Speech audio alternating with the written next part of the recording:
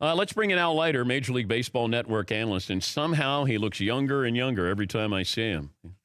Look how tan he is. Looks like he just got back from Barbados or something. I know. Al's bringing over his coffee. Look at this guy. I was walking somewhere and I think my kid said I walked like an old man. I don't know what that is. Well, you look like a young man, but you walk like an old man. I have a fake hip. You fake hip. Yeah. All right. Well, it's good to see you. You look good. As I go through the TSA, and my wife's there, my kids, and I go like this.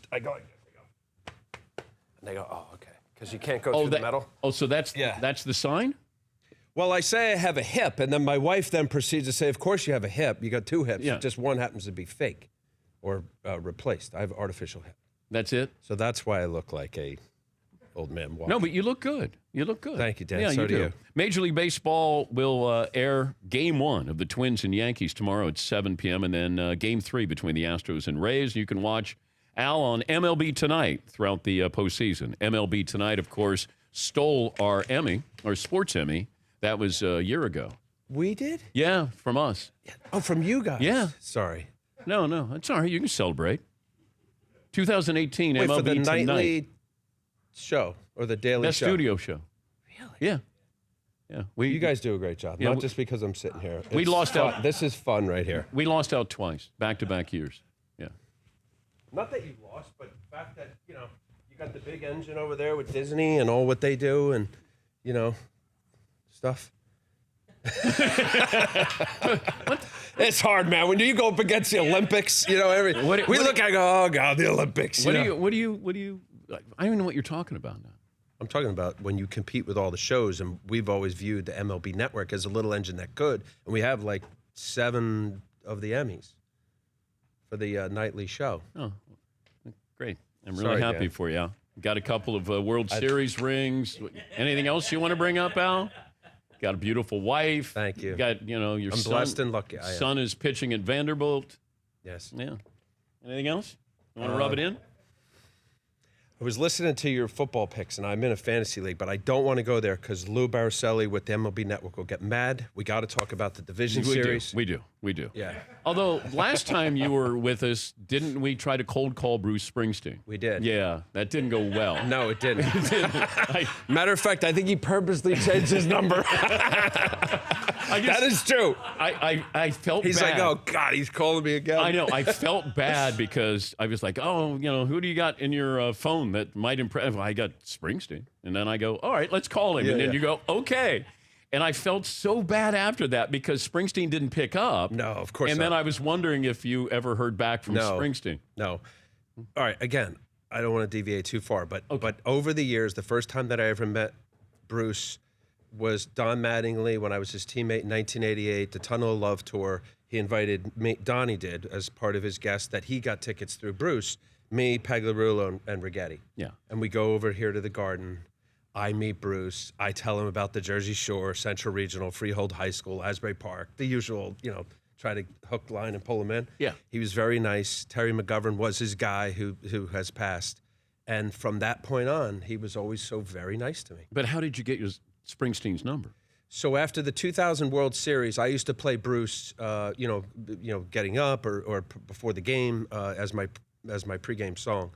And during the 2000 World Series against the Yankees at Shea Stadium, the Mets brought in like mega speakers, and it was very loud. So you come in from a commercial break, and you could hear the Bruce. So Bruce got to me, and he left me a message after the World Series, invited me to a Halloween party down at his, what he calls the barn, down in Monmouth County, and went to a family Halloween party with him, and just over the years, just crisscross in different venues.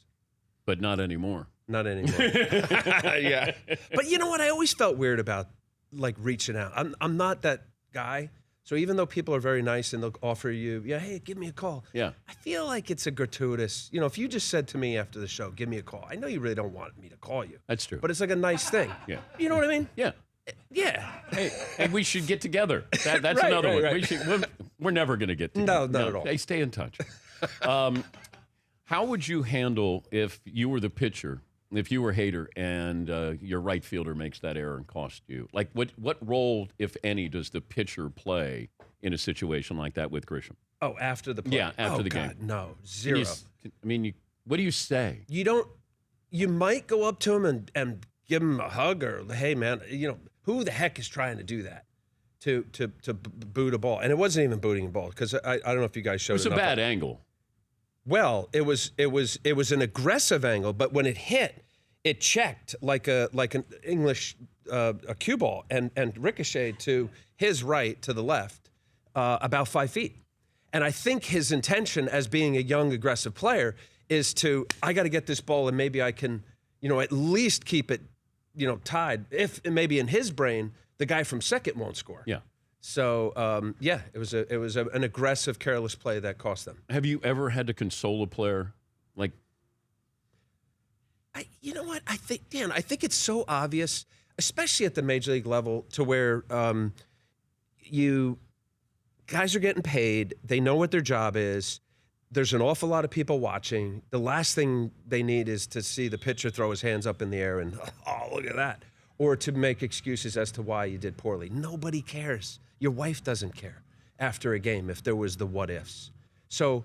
Oh, you've never had that moment where you come home and you just gave it up, and your wife doesn't say, "Hey, how you doing, hon?" Or, "Hey, I'm so sorry." Or no, she figured out over the years, why. If it was a bad game, the last thing you want is your wife to be like, "Gee whiz, that really stunk." You never brought losses home?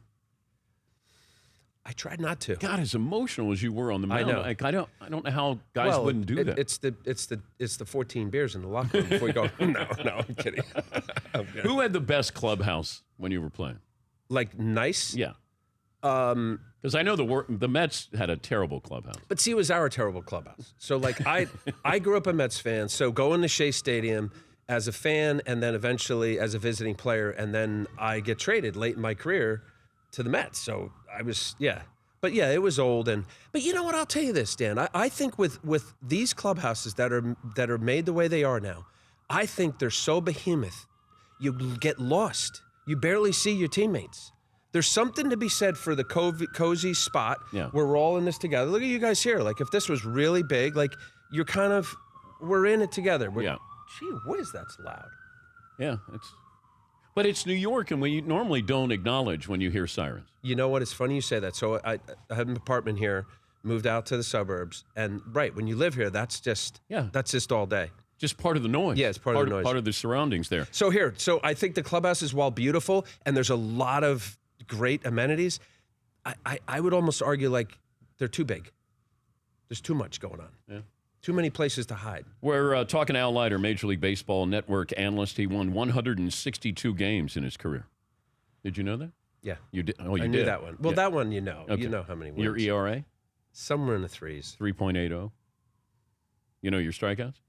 I do, because I was either 26 or 24 strikeouts short of 2,000. And when I announced my retirement in spring of 06 after the first WBC, immediately one of my brothers called and said, "What are you doing? You have 25 more 26 more strikeouts for 2,000. I'm like, who cares about 2,000? Like, it's 3,000. Paulie, you got Al Leiter's career batting average? Yeah. Who wants to guess? You want to guess it, Dan?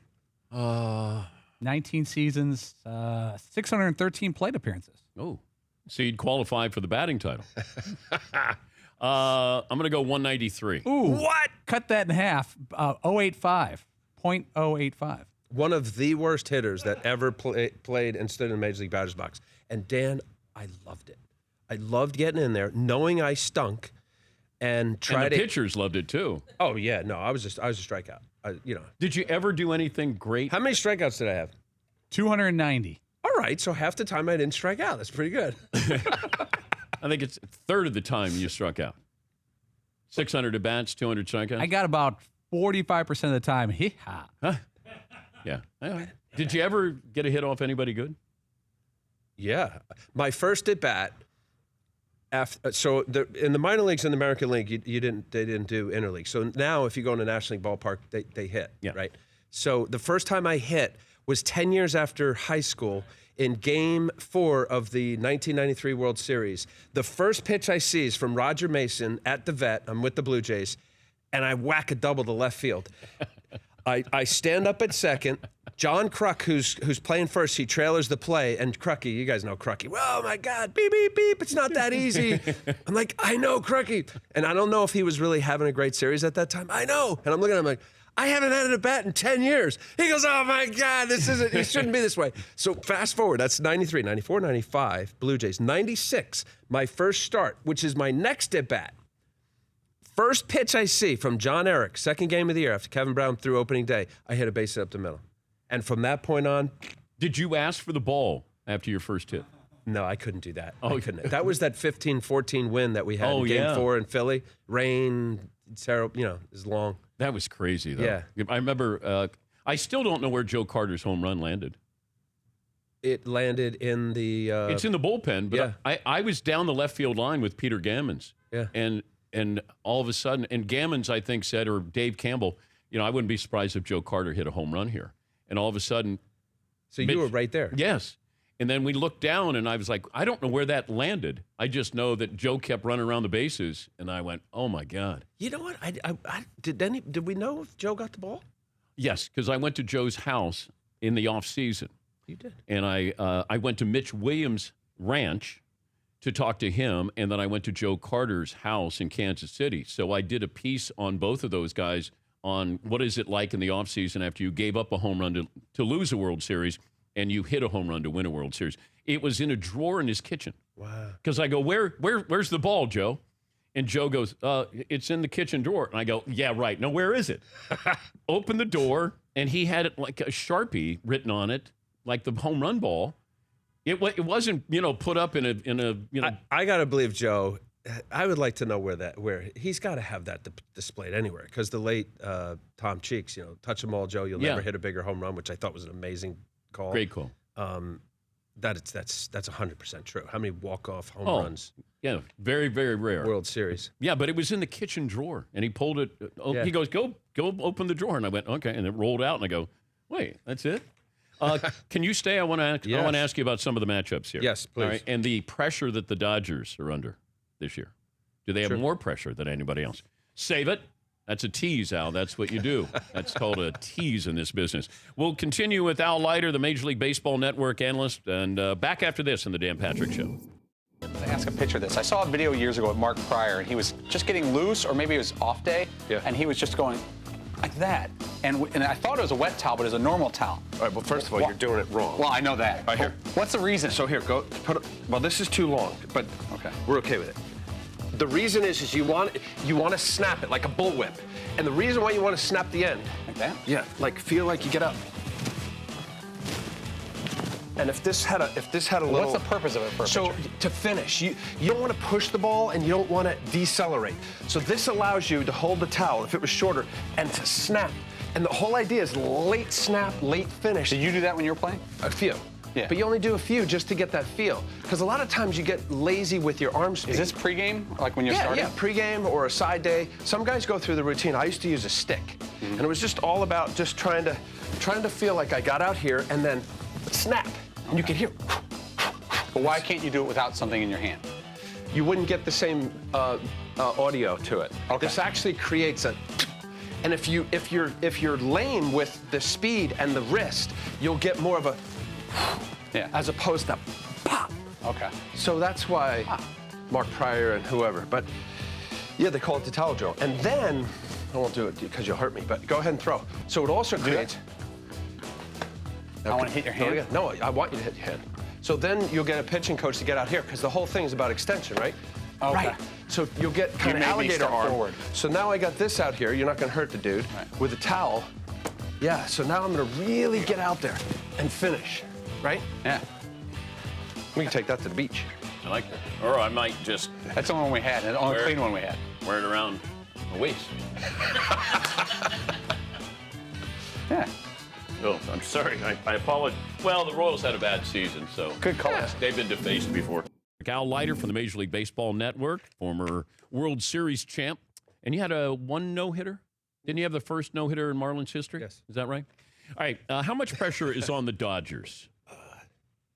So, yeah, I get it. 2 in a row. They'll be the first team since the Yankees, 3 in a row. Haven't won this, to say the least, for Dave Roberts and how it played out. Starting to feel like the Atlanta Braves of the 90s here. See, now when we bring this up, then maybe there's the gulp feeling of that. I would say, yes, there's additional pressure because you get there, it's so hard and so precious. You look at the wild card game the other night, now the Nationals are going to be playing the Dodgers. Oh, my God. Like the moment, with, as you alluded to. If you're a Dodger, if you're Dave Roberts, did you want to see Milwaukee instead of Washington?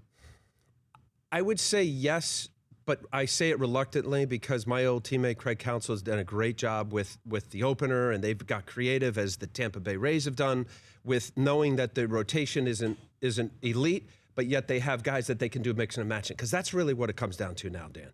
Even as good as some of these teams are, and we're going to watch some powerhouse, certainly with assuming Scherzer continues to get better after, his little back thing.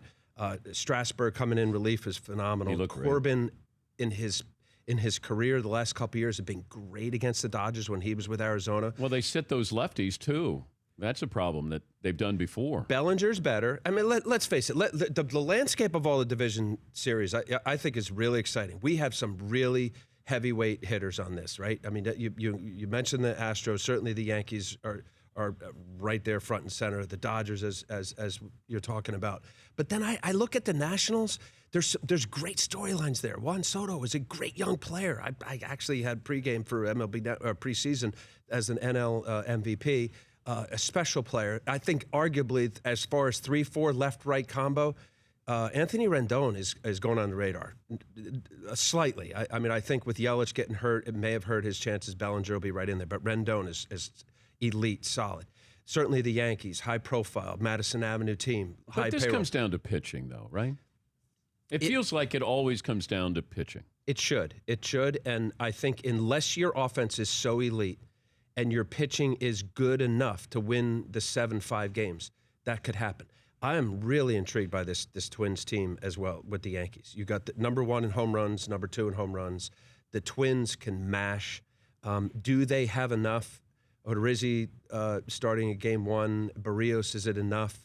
Do they have enough to get through 5, to get to a decent bullpen? I guess surprisingly enough, because they're not brand names. We haven't even mentioned the Cardinals. They've probably been the best team in baseball in the second half of the season. You got an unbelievable closer there.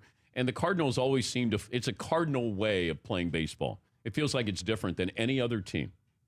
It is true. And I think really when I look at all the series, to me, I think the high profile, obviously anytime you have the Yankees, Dodgers, and now Astros, it has become elite. You have elite players. I mean, with the Astros, with Verlander and Garrett Cole, you couldn't get any more front end. Oh, by the way, they trade for Greinke. Awesome. I know. And the young players that they have in Springer and Altuve and Correa's back, like it's an exciting team with really athletic star players. But with the Cardinals, listen, Mike Shildt, you mentioned it with the second half. I think you have to praise organizations that knew what they needed to do, right? The Goldschmidt trade really emerged. Goldschmidt, mid-30s home runs, right at 100 RBIs, really kind of solidified what I guess Ozuna needed some help. And offensively, they get enough. Wainwright, I know he's on the older side, but when you look at what they can get, Michaelis will end up pitching the first game. Jack Flaherty is a legit young star with amazing stuff. Yeah. I think that series is going to be great. Here, the same thing with the Braves, Dan. They go and they sign Keuchel. He's now pitching game 1. Freddie Freeman is a star. Acuna's a star. We got a lot of really athletic star players in this division series. By the way, we did some research. You're not the worst hitter in baseball history. You're the 4th worst hitter in baseball history. Give me the other 3. Now, this is a minimum of 500 career plate appearances. Okay. Dean Chance is the worst hitter ever. I've heard of him. Ben Sheets, Bill Hands, and then Al Leiter. Bill Hands. Did he play for the Mets, Bill Hands? I think he pitched for the Cubs. Oh, the Cubs. Yeah.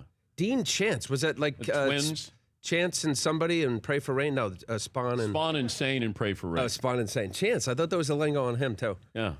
How much time do we have here, Seton, before I kick out of the curb? You got about a minute. A minute. Okay, who wins? The whole thing? Who wins the American League? Who wins the All right, National so I'm going to purely on paper, I'm going to go with the odds favorites because they are the best teams in each respective league. The Dodgers and the Astros should be playing the World Series. Do I believe that? No. I could easily see a Braves team sneak through. Believe it or not, I could see the Nationals being an amazing surprise because they have enough. Yeah. Certainly the Yankees will rival what the Astros bring.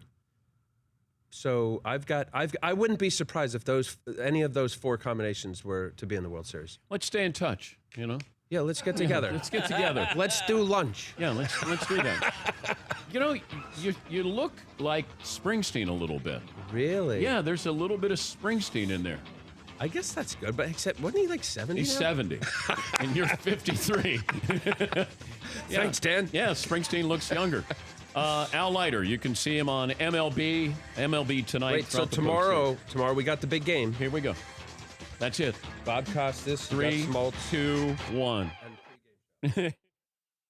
For more Dan Patrick Show, tune into Audience Channel 239 on DirecTV. Stream for free on BR Live or download the Dan Patrick Show app.